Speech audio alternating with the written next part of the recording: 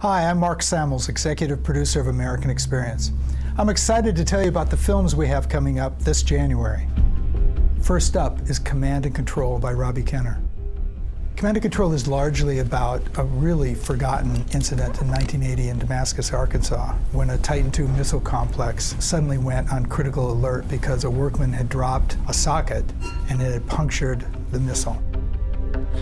The concern was that the nuclear warhead would blow up, and nobody really knew what was going to happen.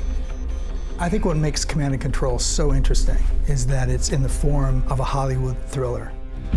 We were able to shoot in an existing Titan II missile complex in southern Arizona, so you really feel like you're there, minute by minute.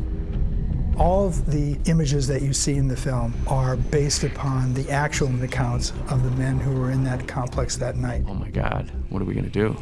It's sort of an edge of your seat kind of a story. Next up is a biography of Rachel Carson. Rachel Carson was a science writer, mostly about the oceans, prior to 1962, when she published a book called Silent Spring. It was a book that really challenged the chemical industry about the use of pesticides and questioned the assumption that pesticides were entirely safe. Well, they weren't. Silent Spring literally became a sensation across the country. She really took on a big subject and really fought for a reconsideration of the interrelatedness of humans and their environment. All the while, she's fighting this epic battle. She's dying of cancer and keeping it secret. Both things culminate at the same time. So this is a very intimate story about the will and drive of an individual who can literally change history.